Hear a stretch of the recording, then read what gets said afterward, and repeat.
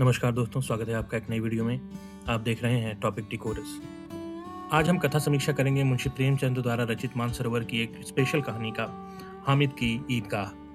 कहानी की शुरुआत ईद की सुबह से होती है। 30 रोजों की तपस्या के बाद ईद आई है। गांव की सुबह कुछ अलग ही है आज। बगीचों में हरियाली, खेतों में चहक और आसमान में लालिमा, जैसे खुद कुदरत मुस्कुरा रही हो। गांव में हलचल है, दर्जी की दुकान पर भीड़ है, बच्चे दौड़ रहे हैं, कोई नहा रहा है, कोई बाल बना रहा है। हर घर में एक ही चर्चा, ईदगाह जाना है। 3 कोस का पैदल रास्ता, लेकिन दिलों में उमंग है। और इन सबके बीच है हामिद, 4-5 साल का दुबला पतला लड़का। माँ बाप नहीं है, लेकिन दादी की ममता उसकी दुनिया है। उसके पास हैं सिर्फ 3 पैसे, लेकिन उसके चेहरे पर है एक अजीब आत्मविश्वास, जैसे वह कोई राजकुमार हो।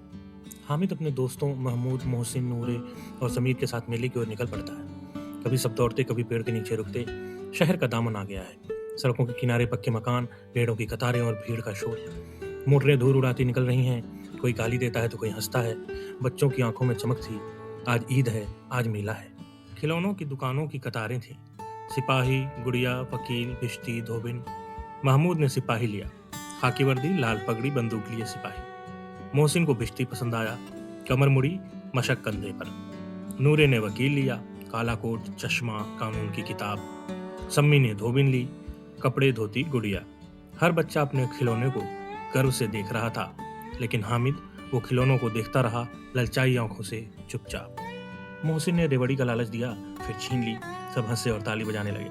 हामिद खिसियाया, लेकिन उसने कहा, मैं ऐसा खिलौना लूंगा जो सब खिलौनों से अच्छा होगा, सबका बाप होगा। सब हंसे, पर हामिद के शब्दों में एक अजीब सी दृढ़ता थी। उसके पास तो सिर्फ 3 ही पैसे थे, लेकिन उसके इरादे थे फौलादी। जब सब बच्चे मिठाइयाँ और खिलौने खरीद चुके थे, तो हामिद एक लोहे की दुकान पर रुका। उसकी नजर पड़ी एक चिमटे पर। उसने पूछा, कितने का है? बोला, 3 पैसे। हामिद ने बिना हिचक चिमटा खरीद लिया और चिमटा लेकर अपने दोस्तों के पास पहुंचा। तो सब देख के हंसने लगे, बोले, ये खिलौना है? तो हामिद ने चिमटे को जमीन पर पटका और बोला, जरा अपना खिलौना गिरा के देखो तो सब चूर चूर हो जाएंगे। चिमटा मेरा तगड़ा है, रोटियां उतारेगा तवे से, अम्मा का हाथ नहीं जलेगा।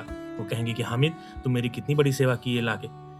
तो उसके शब्दों में एक जो प्यार था, जो समझदारी थी, एक परिपक्वता भी थी, जो एक बच्चे की मासूमियत में छुपी हुई थी। अब बच्चों ने दल बना लिए थे। एक तरफ मिट्टी के खिलौने थे, दूसरी तरफ हामिद का चिमटा था। मोहसिन बोला, पानी नहीं भर सकता। हामिद ने कहा, एक डांट पड़ेगी तो दौड़कर पानी लाएगा भिश्ती तुम्हारा। नूरे बोला, वकील साहब अदालत में बैठे हैं। हामिद ने बोला, मेरी चिमटे की सूरत देख के भाग खड़े होंगे। सम्मी बोला, तुम्हारा चिमटा तो बावर्ची खाने में पड़ा रहेगा। हामिद ने मुस्कुरा के कहा, बावर्ची खाने में ही तो असली काम होता है। उसका चिमटा अब सिर्फ एक वस्तु नहीं था, एक खिलौना नहीं था, बल्कि एक प्रतीक था, सेवा का, समझदारी का और आत्मबल का। दोपहर हो गई तो बच्चे घर को लौटने लगे। किसी का खिलौना टूट गया, किसी की मिठाई गिर गई, लेकिन हामिद का चिमटा सही सलामत। जब वह घर पहुंचा, दादी अमीना ने उसे गले लगाया और पूछा, हामिद, तूने खिलौना क्यों नहीं लिया बेटा, चिमटा क्यों लिया? हामिद ने मासूमियत से कहा, अम्मा, जब तुम तवे से रोटियां उतारती हो तो तुम्हारे हाथ जल जाते हैं। मैंने सोचा अगर तुम्हें चिमटा लाके दे दूंगा तो तुम्हें कभी तकलीफ नहीं होगी और तुम खुश हो जाओगी। अमीना की आंखों में आंसू भर आए। वो चिमटा हाथ में लेके बोली, बेटा तू कितना समझदार है, तूने मेरे लिए सोचा, मेरे दर्द को अपना बना लिया। ये चिमटा मेरे लिए किसी सोने चांदी के गहने से कम थोड़ी है। उस पल अमीना ने महसूस किया कि हामिद का छोटा सा दिल कितना बड़ा है। उसका चिमटा अब सिर्फ लोहे का औजार नहीं था, उसकी ममता का प्रतीक था, उसकी दुआओं का उत्तर था।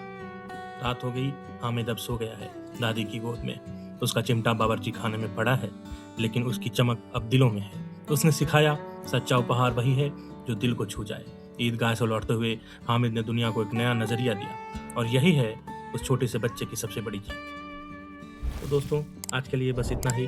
अगली वीडियो में फिर मिलेंगे, तब तक के लिए धन्यवाद। जय हिंद।